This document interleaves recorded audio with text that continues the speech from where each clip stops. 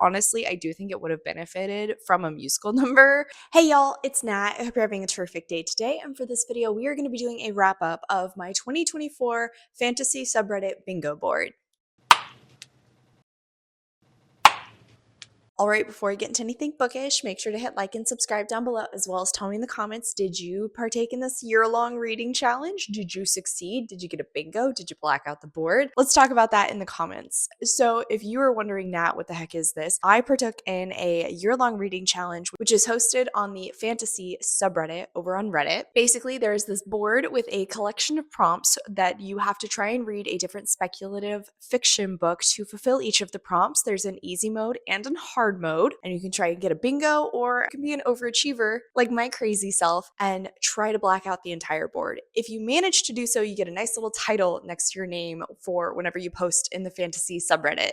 And y'all, I can't believe I did it. It was touch and go there for a little bit, but I managed, and I'm so proud of myself. With all of the other reading challenges I have going on this year, you would think I'd be smarter, but no, I'm going to partake again. So keep your eyes peeled for my TBR for 2025's board. Yeah, that's going to be coming out on Friday. But I did think it would be fun to go through last year's board and talk about each of the books that I read for the different prompts, whether or not I managed to do easy or hard mode. And then I'm going to give you like a short one sentence review for each of them. So first off, let's go ahead and tilt this over a little bit more so I have more room for the board, and let's dive in. So starting at the top, the first prompt was to read the first book in a series, hard mode being that there are 3+ books in that series. I did manage to complete that with The Wolf at the Door by 𝗖cienih𝗁𝗁. This actually has 5 books in the series. It's a paranormal mystery romance series that I actually ended up binging last year and loved. Quick wrap up of not only this book, but also this series on the whole, is messy gays solving werewolf crimes and unpacking emotional baggage.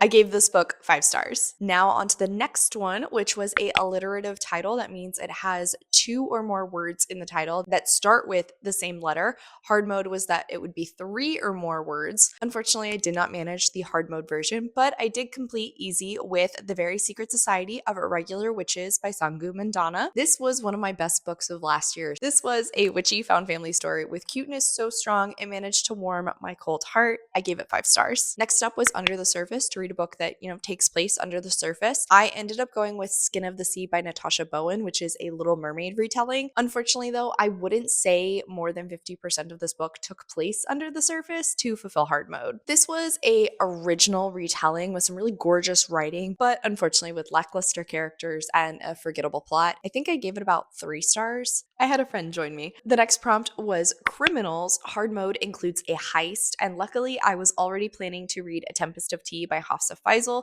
seeing as how this is literally a heist story, but also it is from one of my favorite YA fantasy authors, and it really did fulfill it perfectly. This was a fun heist story with amusing characters, beautiful writing, and some cool real-world history and themes woven throughout. I gave it 4.5 stars. Last one on this first row was Dreams, but hard mode was that the dreams are not magical, like they're just regular normal dreams. And I do believe a mix of normal and magical dreams take place in the entirety of this, I almost said Nevernight, the Winter Night series by Catherine Arden. And so I was nearly finished with it and ended up utilizing The Winter of the Witch, the finale of the series, for this prompt. Honestly, this was a fine end of the series, but I do think wonky pacing and a eye roll worthy romance kind of soured it for me. I believe this one I gave 3.5 stars. It was actually my least favorite of the series overall. On to the next row with Entitled Animals, to read a book that has an animal in the title, but the hard mode was that it was some sort of a magical or mythical being. And so I went with Dragon Fruit by Michaela Lucier. I realized dragon fruits are not animals, but dragon was part of the word. So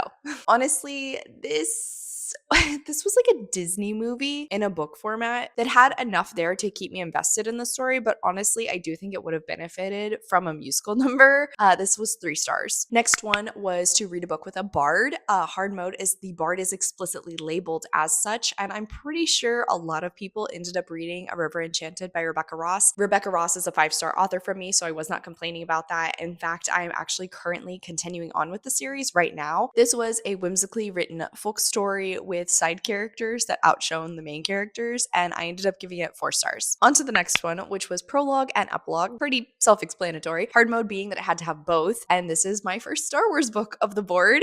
I ended up going with The Fallen Star by Claudia Gray, which I believe I think this is the third in the High Republic series, if I remember correctly. Honestly, this is just Die Hard in a spaceship. Yippee-ki-yay, mother. I gave it 4.5 stars. Next one is self-published or independently published. The hard mode was either book had less than 100 ratings or the author had done an Ask Me Anything on Reddit. Unfortunately, I didn't complete that one, but I did do easy mode for Black Witch Magic by Mila Nix. I actually read that one for the same video as The Very Secret Society of Irregular Witches. It was a pretty solid video overall, so I'll link that in the cards up above. And this was basically BuzzFeed Unsolved meets Sabrina the Teenage Witch 90s version, and then turn it into a rom-com, and I had a lot of fun with it. 4 stars. Oh, ironically, the next one was also included in that same video. For a romantasy, hard mode being a queer romantasy, I read The Honey Witch by Sydney J. Shields, and though this queer romantasy was fairly predictable in the plot, I did not mind because the vibes were absolutely immaculate, and the delightfully grumpy love interest stole my heart. I gave this one 4 stars as well. Now we are on to the third row with Dark Academia, but hard mode was that the school itself is mundane, and I ended up reading An Education in Malice by S.T. Gibson because as far as I remember, the school was completely normal, but there are vampires involved. This was a Carmilla retelling that was fairly light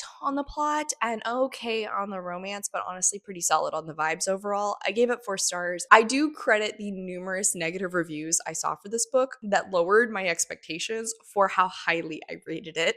Next one is another Star Wars book for multi-perspective. Hard mode is 5 or more of them, and trust me, Star Wars novels have a lot. I think this one probably had like 10. I went with The Rising Storm by Cavan Scott, which I think is 2 in that High Republic series. This one honestly started pretty slow when it came to the plot and the characters, but I do think it stuck the landing overall, and it was a solid setup for The Fallen Star, so I gave it 3.5 stars.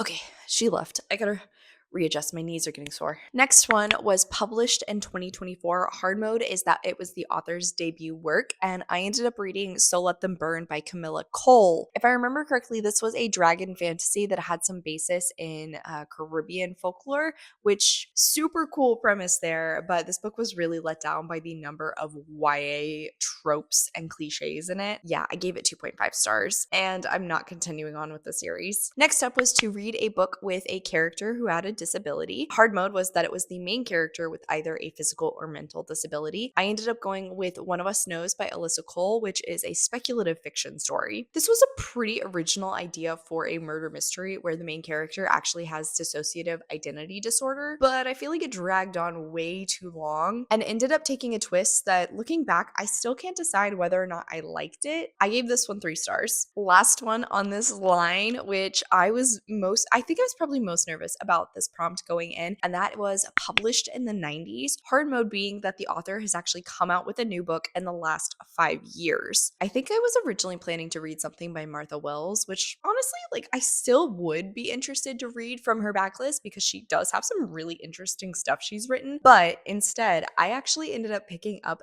The Invasion by K.A. Applegate, the first book in the Animorphs series. This was a weird YA sci-fi where, of course, no adult can be trusted. An alien gives the kids the ability to shapeshift into different animals. And by the end of it, I totally understood why this series was so popular for so freaking long. I enjoyed it. I just know I probably should have read it when I was younger and I would have enjoyed it more. I think I gave this one like 3.5 stars. I'm just not really the target audience anymore. On to the next line. This one was actually the last prompt I completed, and that was Orcs, Trolls, Goblins, Oh My. Read a book that involves one of these. Hard mode, though, is that the main character actually falls into one of these classes. I ended up going with An Orc on the Wild Side by Tom Holt, which actually has numerous main characters, but one of the most important ones is King Mordak, who is a goblin. I think this book pushes into absurdist fantasy. This is a spoof of Lord of the Rings mixed with Everything Everywhere All at Once and then Snow White, where fantastical characters are starting to experience gentrification. It was definitely a weird book. I cannot think of anything else I've ever read similar to it, but I did enjoy it overall, so 4 stars. Next up was to read a space opera. Hard mode was to read from a marginalized author. I'm sure you can guess where I went with this one. I read another Star Wars novel, and that one was Out of the Shadows by Justina Ireland, which is one of the YA High Republic novels. Honestly, this book was all set up with no resolution. I gave it 3 stars and it was fine. Next one was to read from a author of color, hard mode being that it is a debut which has come out in the last 5 years. And I ended up going with Woman Eating by Claire Coda, which honestly is like a literary horror story where we're following a woman who is half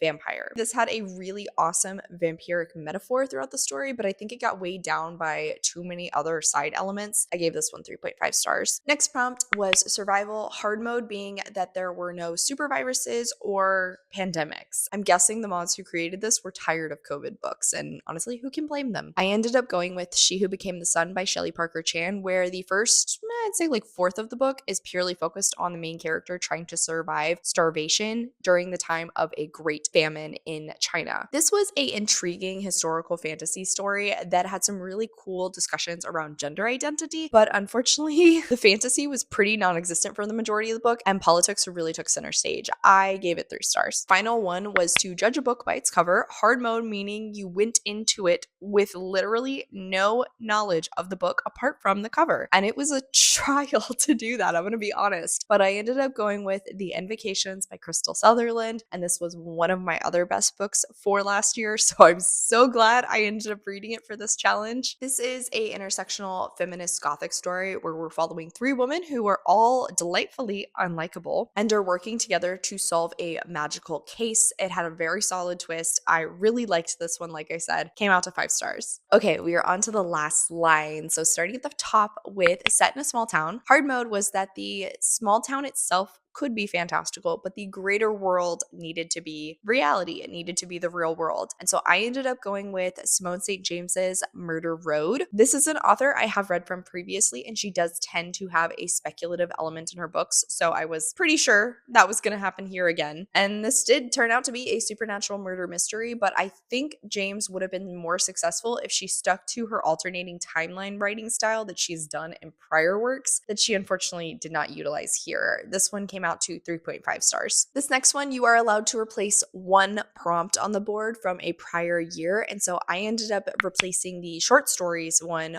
for superheroes, and I ended up reading The Extraordinaries by TJ Klune and loved it, which is not surprising at all because he is one of my favorite authors. This story is about a disaster queer teenage boy who makes his crush on a superhero everybody else's problem. I gave it 5 stars. Next up was Eldritch Creatures. Hard mode was to read a book where it's not based on the Cthulhu myth, which going into this one, I had no idea. And shout out to the recommendations pages because that's where I got the idea to pick up The Hollow Places by T. Kingfisher. And I wasn't complaining about that because ever since somebody described it as similar to Gravity Falls, I'd been wanting to read it. This is a portal horror story set in a nightmarish yet fascinating museum with one of the oddest finales I have read in a horror book that somehow was still set in the normal world. I gave it 4 stars. Nearly there. So next one was reference materials. Hard mode to read a book that had 2 or more reference materials. And so I ended up reading Mirrored Heavens by Rebecca Rowanhorse. This is the final book in her Between Earth and Sky series, which I'd really enjoyed. And thankfully, whenever I noticed it had 2 separate maps and a character list, I knew I was gonna use it for this one. This was a satisfying ending to a really fantastic and original series. I gave it 4 stars. And last but not least is to read either a book club or read along book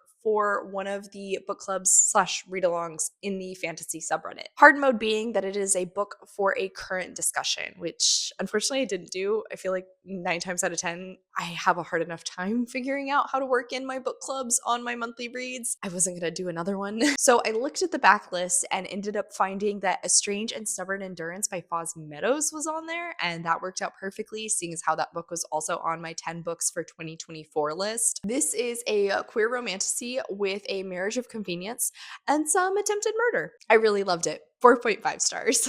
So there you have it. That is my entire blacked out board. This was quite a challenge, But I had so much fun with it. This allowed me to prioritize books I wasn't currently looking at. It also made me kind of look at what I was planning to read and figure out where they fit into some of these prompts, which I also really enjoyed. I ended up finding books that intrigued me on the recommendations pages. So overall, doing this challenge was so good for me. That's why I'm going to be doing it again this year. Like I said, keep your eyes peeled. My TBR will be coming out on Friday. I am so excited to get started into this. And as I said, if you partook in last year's, let's talk about it in the comments. I want to hear how you did. What was your favorite book that you read off of it? That's a good question as well. So on that note, that is it for today, y'all. Thank you so much for coming to my channel. I really appreciate it. Make sure to hit like and subscribe down below. If you made it all the way to the end of this video, leave me some sort of orange emoji for Reddit in the comments. I have all my socials as well as a few ways you can support me, linked in the description, including a Patreon. I come out with videos on Monday and Friday, but until then, I hope you continue to have a terrific day.